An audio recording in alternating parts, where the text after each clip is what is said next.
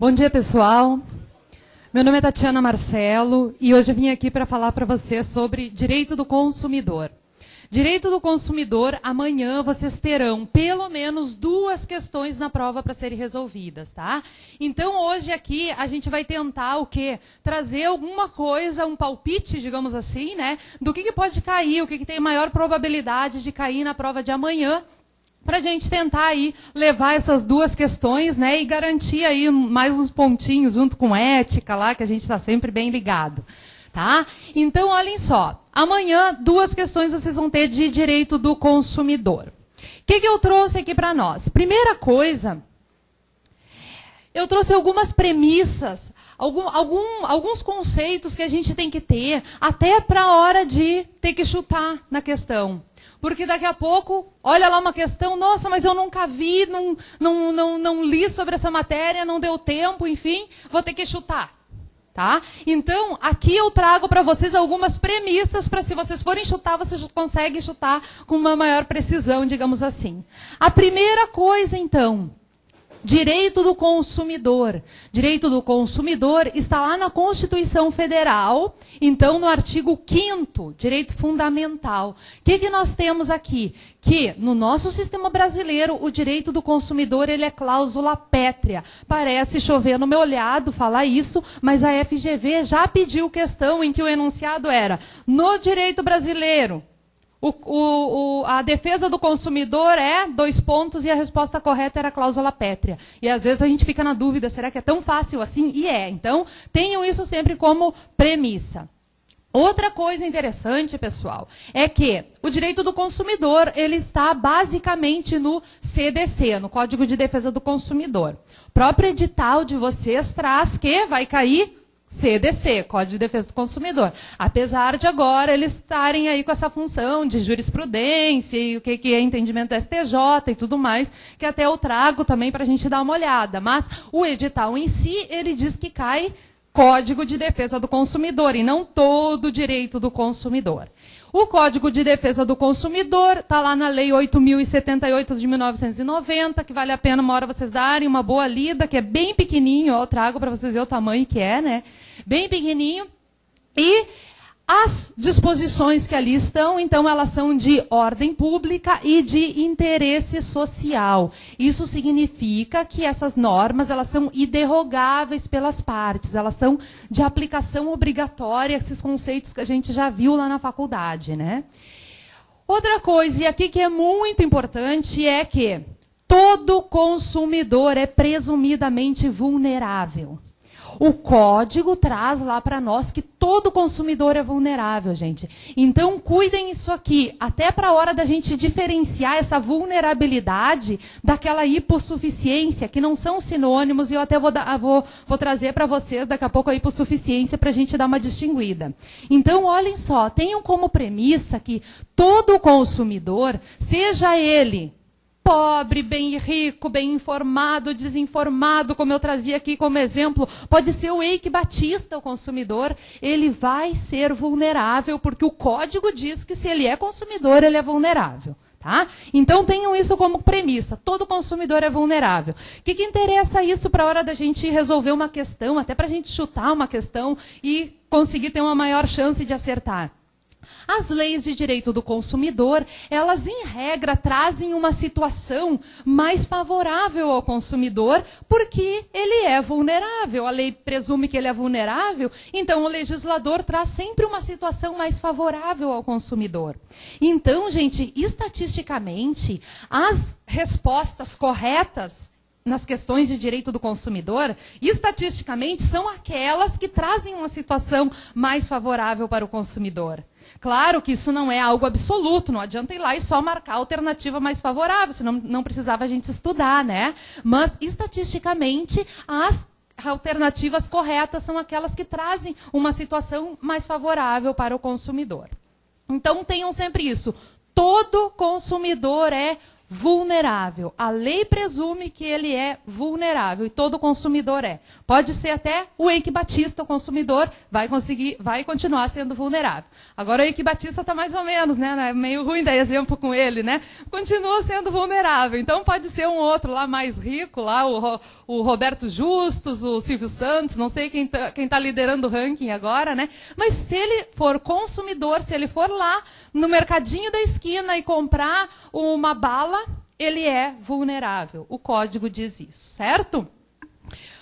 Outras coisas que eu trouxe para nós, então, e que tem uma possibilidade grande de cair na prova, e que tem um monte de pegadinha que pode ser feito com isso, é a tal da inversão do ônus da prova. Inversão do ônus da prova, gente, é um direito básico do consumidor que está lá no artigo 6º do CVC. Aliás, quem daqui vai fazer segunda fase em civil?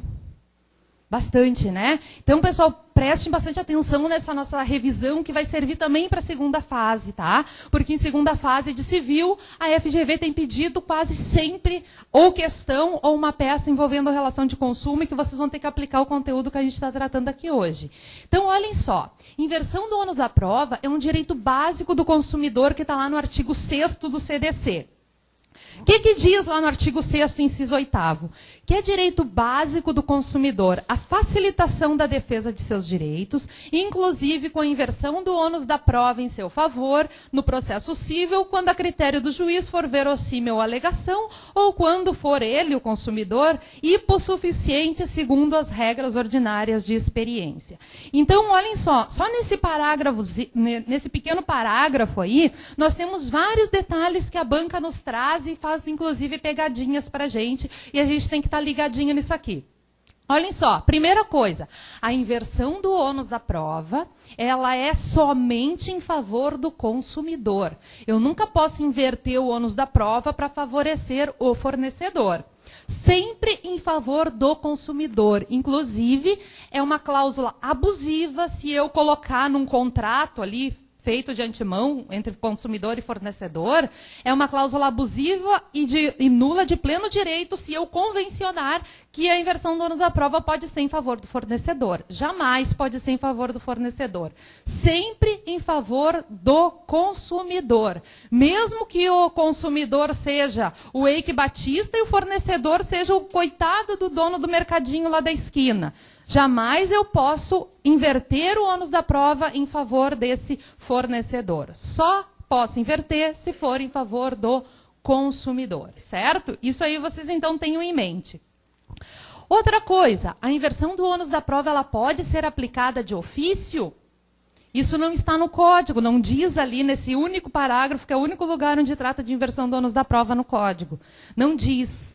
Mas, sim, ela pode ser aplicada de ofício pelo juiz. Basta a gente lembrar do juizado especial cível, por exemplo, que é onde mais se busca lá a efetivação do direito do consumidor, né, as pequenas causas que a gente chama, que o pessoal vai lá no juizado especial cível, que a pessoa pode ir em ações com valor inferior a até 20 salários mínimos, ela pode ir sem advogado. E aí, como é que a gente vai esperar que esse consumidor, que é leigo, que não é advogado, que não é bacharel, nada, chega lá e vá fazer um requerimento de inversão do ônus da prova? Não, né? Ele não sabe nem sabe que existe esse direito para ele. Então, o juiz tem que, de ofício, aplicar a inversão do ônus da prova. E aqui também basta vocês lembrarem o seguinte, como a gente falou ali no início, o direito do consumidor, as normas do CDC, elas são de ordem pública, interesse social, elas são de aplicação obrigatória. Então, o juiz tem que aplicar de ofício a inversão do ônus da prova. Agora, por último, gente, em relação à inversão do ônus da prova, e aqui que é a parte mais interessante, que a FGV geralmente faz mais pegadinhas, diz respeito aos requisitos. Então, é o seguinte, isso aqui já caiu, inclusive, em questão da OAB. No direito do consumidor, gente, a inversão do ônus da prova, ela é aplicada automaticamente? O que vocês acham? Sim ou não? Não. Outra pergunta que a FGV já fez. Tendo sendo relação de consumo, o juiz é obrigado a inverter o ônus da prova? Também não. Por quê, pessoal? Terceira pergunta também, que já foi questão de prova isso aqui. Se for lá relação de consumo e tudo mais, a inversão do ônus da prova é regra no direito do consumidor? Não. A inversão do ônus da prova no direito do consumidor, que é onde existe a inversão do ônus da prova, ela é exceção. Então, não é regra, é exceção, pessoal. Certo? Mas sempre se aplica a inversão do ônus da prova. Ok, mas ela é exceção. A lei considera isso e a banca também considera isso.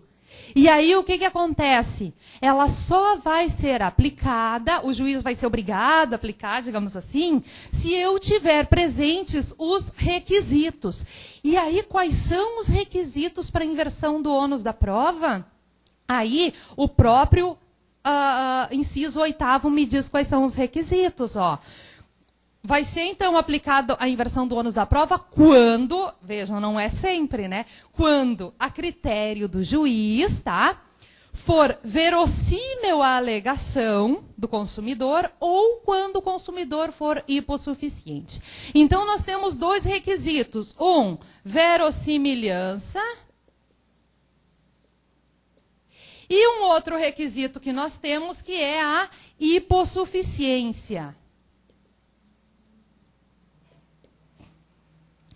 Aí aqui nós temos um detalhe, que é uma letra e que torna a nossa alternativa errada. O artigo diz o seguinte, que é requisito para a inversão do ônus da prova a verossimilhança ou hipossuficiência. Então, cuidem, gente, isso aqui, pode ser só a verossimilhança ou só a hipossuficiência. Se eu tiver um desses dois requisitos, já é o suficiente para eu fazer a inversão do ônus da prova. Tendo um desses dois requisitos, o juiz já pode inverter o ônus da prova, já deve inverter o ônus da prova. E o que acontece aqui? A FGV faz uma questão, praticamente coloca uma alternativa, praticamente colocando o que está no inciso ali, e na hora ela coloca assim, se for verossímil a alegação e quando for ele hipossuficiente. Daí, esse ou trocado por um e, já mudou todo o sentido, porque se eu coloco o e, eu estou dizendo que eu preciso dos dois requisitos. O ou, eu posso ter os dois, ou pode ser só um ou só o outro. Então, cuidem, gente, que às vezes a gente vai lá e lê e acha, não, isso está certinho, isso aqui é o que está escrito lá no código até. E aí, quando chega na hora, dá uma olhada e estava errado. Mas por que estava errado? Por causa de uma letra só. Então, cuidem isso aqui. Requisitos para inversão do ônus da prova. Verossimilhança, que é aquela mesma que a gente tem lá para antecipação de tutela, né? Tem que ser verossímil aquela história que o consumidor vem trazer para o juiz. O juiz tem que se convencer daquilo ali. Não pode ser uma coisa absurda que o juiz olhe e diga, não, isso aqui eu não me convenci. Então, tem que ter uma verossimilhança disso que está sendo alegado, ou então tem que ser hipossuficiente esse consumidor. E aí, aqui que eu trago para vocês, não confundir hipossuficiência, né, com a vulnerabilidade. Porque a vulnerabilidade, como eu disse lá na lâmina anterior, a vulnerabilidade é uma presunção legal conferida a todo consumidor. Já a hipossuficiência, como vocês podem observar ali, ela vai ser analisada no caso concreto. É só no caso concreto que eu vou ter que ver se aquele consumidor, diante daquele fornecedor, ele é ou não é hipossuficiente. A vulnerabilidade significa que o consumidor, seja ele rico, pobre, bem informado, desinformado, ele está sempre sujeito a tudo que vem do mercado. Ele está vulnerável, está sujeito a tudo que vem do mercado. Agora, a hipossuficiência, não, a hipossuficiência é aquela situação de fraqueza do consumidor diante daquele fornecedor. Então, como eu falei para vocês o exemplo lá do Eike Batista, diante do dono do mercadinho da esquina, pobrezinho, ele é sempre vai ser vulnerável. O Eike Batista, mesmo ele sendo todo poderoso, ele sempre vai ser vulnerável por ele ser consumidor ali do mercadinho da esquina. Agora, se num processo a gente tiver uma situação que vai precisar inverter o ônus da prova e eu vou analisar os requisitos, eu vou olhar para o Eike Batista, todo poderoso, cheio de advogados, diante do dono do mercadinho da esquina, e eu vou ver que o Eike Batista não é hipossuficiente, ele não tem essa fraqueza a mais. Então, cuidem isso aqui, pessoal. Quando eu estiver falando de vulnerabilidade, todo consumidor ele é vulnerável. Quando eu estiver falando de hipossuficiência, eu estou falando de um requisito para inversão do ônus da prova. E aqui eu vou ter que analisar no caso concreto. Olha o que diz lá, ó, que ela vai ser dada, ó, a critério do juiz, segundo as regras ordinárias de experiência. Então é o juiz que vai ter que olhar no caso concreto, ver se aquele consumidor, diante daquele fornecedor, ele tem essa hipossuficiência. Porque vulnerável ele sempre vai ser. Tranquilo isso? Podemos até colocar assim, ó, todo consumidor é vulnerável, mas nem todo consumidor é hipossuficiente. Cuidem sempre isso para a prova de vocês. Dito isso aqui, eu ainda quero trazer, isso aqui na verdade é mais um palpite do que pode cair na prova, né? Que a gente não tem como aqui trazer uma revisão de todo o direito do consumidor. Olhem só, registro em bancos de dados. Nós temos lá no nosso código que o máximo que a pessoa pode ficar negativada lá pela mesma dívida, que ela pode ficar lá no SPC, Serasa, esses órgãos queridos, né, pessoal? Que a gente não acha o nosso nome na latinha de Coca-Cola, né? Mas a gente, se procurar lá no SPC e Serasa, a gente acha. Então, olhem só. O máximo que a pessoa pode ficar negativado são 5 anos. Isso, tanto o código nos diz, lá no artigo 43, como tem uma súmula 323 dizendo a mesma coisa. Que o máximo que pode ficar negativado são 5 anos, ou então quando prescrever o direito de cobrar essa dívida. O que acontecer antes? Uma coisa que a gente tem que cuidar é o seguinte, muita gente pensa que terminados 5 anos a dívida sumiu. Não, a dívida não sumiu. O que tem que sumir é a inscrição negativa. A inscrição tem que sair lá do cadastro. Mas a dívida continua. Se o fornecedor tiver meios ainda de cobrar essa dívida, ele até pode cobrar, tá? Se não tiver prescrito, se ele tiver como cobrar essa dívida, ele pode cobrar. O que tem que sair é a inscrição negativa. Essa não pode ficar por tempo superior a 5 anos. E aí eu trago uma súmula aqui para vocês, já que a FGV está nessa coisa de que vamos agora entendimento da STJ e tudo mais. Eu trago uma súmula muito interessante, que ela é relativamente nova e que tem sido cobrado geralmente nas provas aí de concurso aí dos últimos anos. Súmula 385 do STJ diz o seguinte: da anotação irregular em cadastro de proteção ao crédito, não cabe indenização por dano moral quando pré-existente legítima inscrição, ressalvado o direito ao cancelamento. O que significa isso aqui, pessoal? A pessoa teve um nome indevidamente inscrito no SPC e Serasa.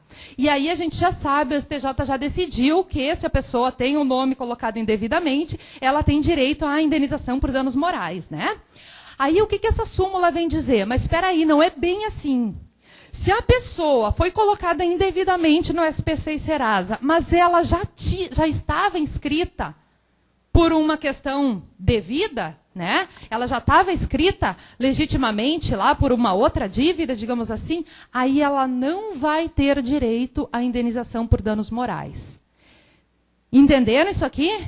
Se ela foi colocada indevidamente, o banco foi lá e colocou o nome dela no SPC e Serasa, ela já tinha pago o banco. Aí a pessoa vai lá e pede indenização por danos morais. Aí o banco vai lá e verifica que ela já tinha uma inscrição lá, ela estava devendo lá para a CE. Já tinha uma inscrição no nome dela e que realmente ela estava devendo. Então, mesmo que ela entre com ação cobrando indenização, aqui o STJ diz que ela não tem direito à indenização por danos morais. Ela tem direito ao quê? Ressalvado o direito ao cancelamento. Ela tem direito a cancelar essa inscrição, porque a inscrição era indevida, né? Mas a indenização por danos morais, ela não tem esse direito. Cuidem isso, porque a banca tem cobrado isso aí muito, não caiu ainda no exame de ordem, por isso que é um palpite que pode cair, né? Mas ela tem cobrado muito o conteúdo dessa súmula aqui em concursos, essa banca FGV. E aí, pessoal, eu trago para nós, então, e aqui que eu peço até para o pessoal de segunda fase prestar atenção dobrada, porque também isso aqui é o assunto que tem caído em segunda fase, quando eles cobram direito do consumidor, que é a parte de responsabilidade no direito do consumidor. Tá tudo ali na lâmina, tá? Um esquema, mas eu vamos acompanhando o raciocínio, não se preocupe em ficar copiando aquilo ali. Vão acompanhando o raciocínio que vai ser melhor para vocês lembrarem amanhã. Olhem só, no direito do consumidor, a responsabilidade, vocês já devem ter estudado, ter ouvido falar, ela se divide em responsabilidade pelo fato do produto ou do serviço e responsabilidade pelo vício do produto ou do serviço. Eu vou trazer aqui para nós, é claro, linhas gerais, porque a gente não consegue entrar nos detalhes de cada um, né? Mas eu vou trazer linhas gerais para a gente conseguir ter uma boa noção disso aqui, uma diferenciação e relembrar o que a gente já deve ter visto em aula. Pessoal, primeira coisa, a responsabilidade no direito do consumidor, ela é sempre objetiva. O que é responsabilidade objetiva? É aquela que eu não preciso analisar se o fornecedor teve ou não teve culpa. Basta que eu tenha um dano e o nexo de causalidade. Tanto faz se ele teve culpa. Às vezes ele nem teve culpa.